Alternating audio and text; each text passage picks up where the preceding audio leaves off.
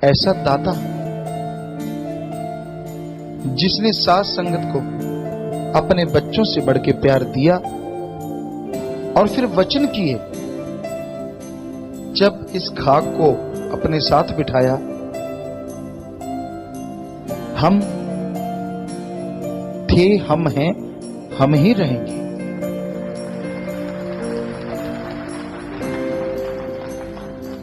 दयालुता की कोई कमी नहीं रहेगी। एक बार, दो बार, तीन बार, चार बार, 5 बार मुआफी माफ, मुआफी माफ, कोई शक नहीं। और मालिक के प्यार मोहब्बत दिन दुगनी रात चौगनी बढ़ता ही जाएगा। और जो वचन सुन के अमल किया करेंगे, उन्हें किसी तरह की कोई कमी नहीं आया करेगी। हमने पूछा, सदगुरु मौला, क्या साथ संगत में कोई बिगड़ेगा भी? बेपरवाह जी फरमाते, हमने पुख्ता काम किया है। जुलाई से लेके शायद 1 साल या उससे ज्यादा मीटिंगें रखी गई। हम भी आया करते थे, बहुत सेवादार यहां बैठे होंगे उस टाइम जो आया करते थे, सारे इंडिया से जी। और मीटिंग होती थी और पूछा जाता था कि गुरुगद्दी पे किसको बिठाएं। साथ संगत हाथ जोड़ देती, पहली बार रोई, आप ऐसा क्यों कह रहे हैं? तो बेपरवाह जी कहने, हम कहीं जा थोड़े ही रहे हैं, हम जाएंगे कहीं भी नहीं, पर जो हम पूछ रहे हैं जवाब दीजिए। पूछते सबसे, जवाब कौन दे? हाथ जोड़ देते कि बेपरवाह जी, अंधा आंख वाले को कैसे देख सकता है? आंख वाला आंख वाले को पकड़ सकता है। हम तो अंधे, हमें क्या पता किस शरीर में आपने काम करना है? कहते ना, हमने तो आपसे पूछना है। फिर कुछ साथ संगत ने बेपरवाह जी के बेटे का नाम लिया। परमपिता जी ने फरमाया, ये घर की जमीन जायदाद थोड़ा ही है जो उसके नाम कर देंगे, ये रूहानियत की दौलत है, ये नाम मत लेना। फिर कुछ मीटिंग चली, साथ संगत को कहा गया कि जरूर बताओ। फिर कुछ लोगों ने नाम दिया परिवार में से किसी दूसरे का, तो बेपरवाह जी गुस्से में आ गए। हम बिल्कुल यूं बैठे थे जैसे कुर्सी इधर को थी, जैसे अब बैठे हैं गुफा के अंदर, और हम बिल्कुल यहां साइड में बैठे हुए थे। तो बेपरवाह जी फरमाने लगे, आपको बोला था ना, ये कोई जमीन जायदाद जद्दी नहीं है जो ऐसे लोगों को दे दी जाए, ये तो उसको मिलेगी जो इसके काबिल होगा। शरेआम 100% रिजेक्ट। साथ संगत फिर रोने लगी, हाथ खड़े कर दिए, हमारी तौबा, आप बताओ।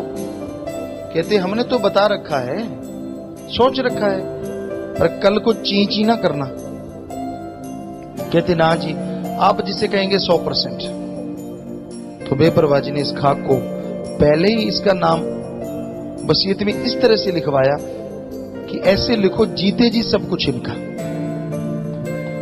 गुरुगद्दी से 1 दिन पहले सारा परिवार था, ये बच्चे छोटे छोटे थे, हमें बुलाया और ये कहा परिवार से कि आप खुश हो? शरीर के हमारे जो बापूजी थे, माता जी, इनसे पूछा तो दोनों आंखें भर आए। कहने लगे, हे सतगुरु, हमारी अनमोल दौलत तो आपने ली, ऐसा कीजिए, सारा घर, बहुत बड़ी जायदाद है, सब आप ले लीजिए, हमें एक कमरा दे दो, यहीं रह लिया करेंगे, आपके दर्शन किए इनको देखते रहा करेंगे। बेपरवाह जी बड़े खुश हुए, बैराग्य में भी आए। कहते, भाई बड़ी कड़ी परीक्षा है। ये बात बाद में कही, उस समय नहीं। नन्हे नन्हे बच्चे हैं और माँ बाप का यही सहारा, क्योंकि बच्चे तो छोटे हैं। कहने लगे फिक्र ना करो, हम आपसे कुछ नहीं लेंगे, ये अनमोल दात आपके लिए है। पर इनको हम बिल्कुल पास बैठे थे, इनकी झोली में अभी से दोनों जहां की दौलत बख्श रहे हैं। कुछ सेवादार अंदर थे, वो गवाह है इस चीज के। ये शायद रूहानियत के इतिहास में पहला है कि सतगुरु मौला ने गुरगद्दी से पहले ही सब कुछ सौंप दिया। लोग कई पाखंडी निंदक ये कहते हैं धक्के से गुरगद्दी ली, और उन्होंने गुरगद्दी दी नहीं, पहले ही सारा कुछ दे दिया। देखिए जमीन आसमान का फर्क। उनको इतना यकीन इस शरीर पे कि पहले ही दे दिया, अगले दिन गुरगद्दी दी गई, पहले दिन ही दोनों जहां की दौलत इनकी झोली में। और जो आज गुरगद्दी के भूखे प्यासे व्याकुल लोग चारों तरफ दौड़े फिर रहे हैं, बुरा हाल है और पता नहीं क्या होना है, मालिक जाने। हम तो बहुत दुआएं करते हैं, पर वो जिस खस्म के जोर पे नाच रहे हैं, हमारा भी फिर कोई खस्म है।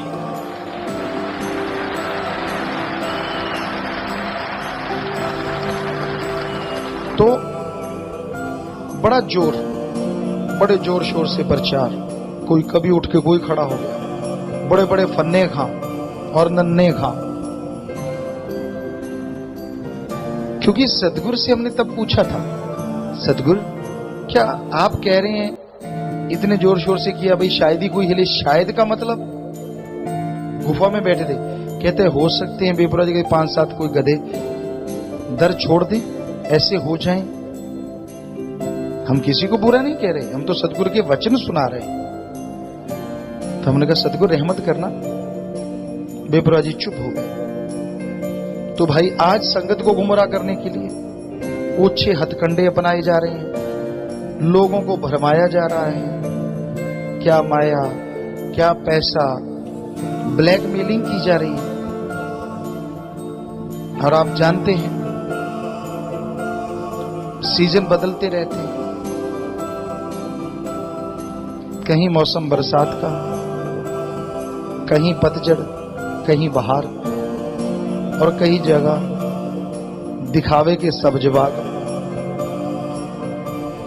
तो ऐसे लोग फिर ब्लैकमेलिंग करना चाहते हैं कि आप ऐसे करो वरना ऐसे करेंगे। हमारा तो सतगुरु मुर्शिद है, हमने तो सच के राह पे चलते थे, चल रहे हैं, चलते रहेंगे। कईयों को यकीन नहीं आता, पैसे का लालची वो इंसान। इस गद्दी से बता रहे हैं, हमारे पास फरमाइशें तक आती रही, इतना पैसा, इतनी गाड़ियां, इतना बिजनेस होगा तो ठीक, अदरवाइज नहीं। बहुत सारे लोग ऐसा कहते हैं, सत्संगियों ने आके बताया। आज वो मुकर जाए बात दूसरी है, लेकिन हमारे सामने, और ऐसा नहीं, ऐसे लोग खुद भी हमारे तक पहुंचे, बात कही, पर्ची थी। तो भाई यहां दीन ईमान तो उसी का पक्का है जो सतगुरु का यार है। ज्यादातर तो माया के यार हैं। तो सतगुरु मौला दाता रहबर ने जो परोपकार किए वो तो लिखने बोलने में आ ही नहीं सकते।